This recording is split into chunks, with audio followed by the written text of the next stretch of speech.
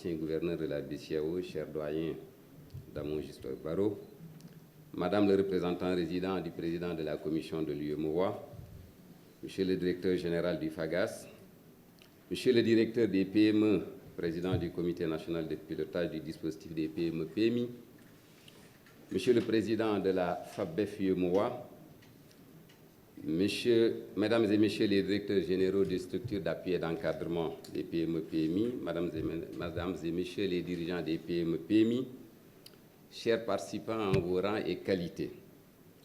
Monsieur le ministre, je voudrais à l'entame de mon propos, au nom de Monsieur le gouverneur de la BCEAO, M. Jean-Claude Brou, vous remercier, ainsi que la commission de l'UEMOA et le Salon, pour avoir bien voulu associer la BCEAO à la présente rencontre organisée en marge de l'édition 2023 du mois du consommé local.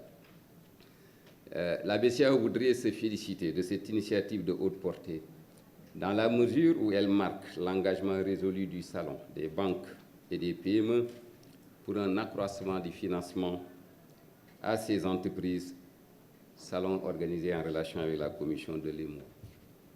Rendre pleinement opérationnel le dispositif de promotion du financement des PME-PMI mis en place par le Conseil des ministres de l'Union sur proposition de la Banque centrale revêt une priorité absolue.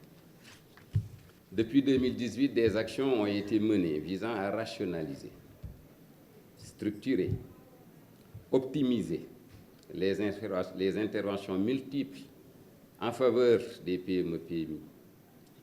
Malheureusement, les résultats demeurent en deçà des attentes, notamment au vu des moyens financiers importants dégagés par les États. L'organisation de cette rencontre avec les acteurs de l'écosystème, notamment les banques, les institutions de microfinance, les PME, s'avère donc cruciale, surtout dans un contexte où les économies en voie de développement doivent faire preuve de résilience face aux multiples chocs externes et internes qui les affectent. Cette résilience ne peut reposer que sur une diversification des sources de croissance, notamment par une contribution renforcée des très petites entreprises, des PME et PMI à la croissance au travers de politiques publiques centrées sur l'efficacité et l'efficience de l'allocation des ressources. Monsieur le ministre, dans le contexte de la prochaine rencontre de l'initiative du G20 Compact with Africa, prévue au cours de ce mois de novembre en Allemagne, il me plaît de souligner la nécessité pour tous les États membres de l'UEMOA qui ont adhéré à ce dispositif d'exploiter pleinement les opportunités offertes par cette initiative, notamment le volet visant à résoudre les contraintes structurelles d'accès élargi des PME au financement, notamment bancaire.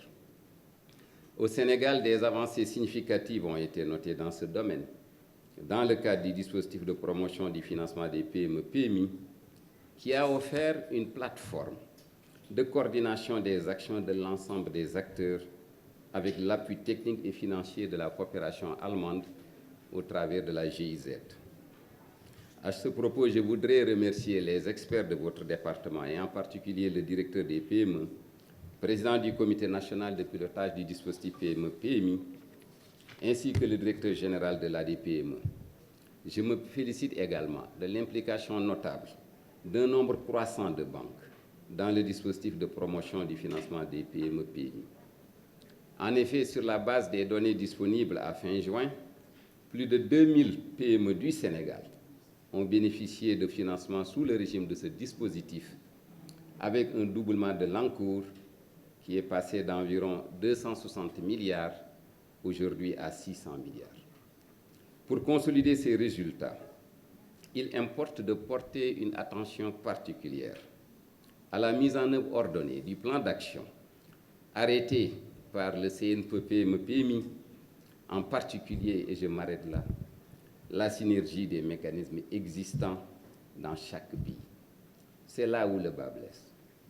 Le bât blesse parce que les États ont mis en œuvre tout ce qu'il faut comme dispositif. Mais comment animer ce dispositif? Comment faire de sorte que ces entités puissent travailler en synergie au lieu de s'engager chacune dans une stratégie, dans une vision. Au Sénégal, je veux nommer notamment l'ADPME qui fait un travail extraordinaire et je conseillerais vivement aux autres entités dans les pays de l'UMOA de s'inspirer de ce que M. Diabira est en train de faire au niveau de l'ADPME. Je veux noter le bureau de mise à niveau qui fait également un travail, le FONGIP, le FONSIS, la DER, la délégation à l'entrepreneuriat rapide des femmes et des jeunes, ainsi que les fonds sectoriels dédiés, logés au niveau des ministères. Au Sénégal, vous voyez l'écosystème. Et ce qu'on est en train de faire dans le cadre du dispositif avec la coopération allemande, c'est pouvoir faire travailler ces acteurs-là ensemble. C'est pourquoi un accent a été mis sur une répartition précise des rôles. C'est important. En fonction des cibles d'acteurs et des priorités définies par les États. Ces fonds ne peuvent pas aller sur les mêmes cibles de façon désordonnée. C'est malheureusement ce que nous constatons et qui fait que les banques ne peuvent qu'être, disons, dans une position d'attente. Mesdames et messieurs, le financement des PME-PMI n'est pas une fin en soi. Il constitue un levier essentiel pour le développement d'une économie basée sur des produits de substitution. À cet égard, les données provisoires sur les échanges extérieurs du Sénégal pour l'année 2022 et des projections sur l'année 2023 illustrent les défis à relever au regard des principaux constats suivants. Des importations de produits alimentaires de base en hausse de presque 30% en une année, en 2022, pour atteindre 1 222 milliards. Et ça va continuer en 2023. Nous serons également dans ce même ordre de grandeur. Et je parle de produits alimentaires. Une répartition de ces importations marquée par des produits qui sont de consommation courante et qui sont produits localement. Au Sénégal, le riz, 1,5 million de tonnes d'importation pour presque 300 milliards. Le sucre, 173 000 tonnes d'importation pour 64 milliards. Le lait, 34 000 tonnes pour 43 milliards. Il est également à noter les importations de blé pour presque 1 million de tonnes à 212 milliards, alors que nous avons une production importante de céréales telles que le maïs et le mil. Au total, pour donner juste l'exemple du Sénégal, des sommes estimées environ à 500 milliards de francs CFA et 704 milliards en 2021 et en 2022 ont été consacrés à l'importation de ces produits, sans compter l'huile de cuisson et les autres préparations alimentaires. Afin de faire face à cette situation, il urge de mettre en place un cadre de dialogue entre les consommateurs, les commerçants et les producteurs pour une meilleure promotion de nos économies. S'agissant de la relation banque-PME et naturellement institution de microfinance, des relations de partenariat sont en train d'être développées en relation avec les structures d'appui et d'encadrement afin d'atteindre un financement adéquat en nombre et en montant alloué souhaité. En ce qui la concerne, la Banque centrale continuera de créer les conditions d'un financement accru des PME-PMI.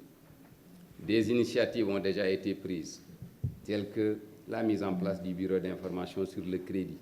Et nous lançons un appel à toutes les PME-PMI pour que ce bureau d'information sur le crédit puisse bénéficier de leur consentement, parce que nous avons encore un nombre d'entreprises inscrites dans ce bureau qui n'est pas encore à satisfaction. La centrale des bilans des entreprises non financières. Vous lancez ensuite un appel. L'essentiel des réticences des banques, c'est l'asymétrie d'information et l'absence ou vraiment la non-fiabilité des états comptables. Déposez vos liasses au niveau du fisc, parce que nous, c'est les liasses du fisc que nous récupérons et nous arrivons à mettre à la disposition des banques vos états financiers avec tous les éléments nécessaires. Je voudrais également noter le crédit bail. La Banque centrale a pris une loi uniforme. J'exhorte les États qui ne l'ont pas encore adopté de le faire. Je veux parler également de la loi sur l'affacturage, notamment donc vos factures qui puissent faire l'objet, disons, de rachat par des entreprises qui sont spécialisées dans ce cadre-là. La Banque centrale a mis en place l'infrastructure. La Banque centrale continue à être à l'écoute des États. Le reste est certainement dans le camp des PME, PMI, parce que les banques n'ont pas le choix, elles doivent financer. Je vous remercie de votre aimable attention.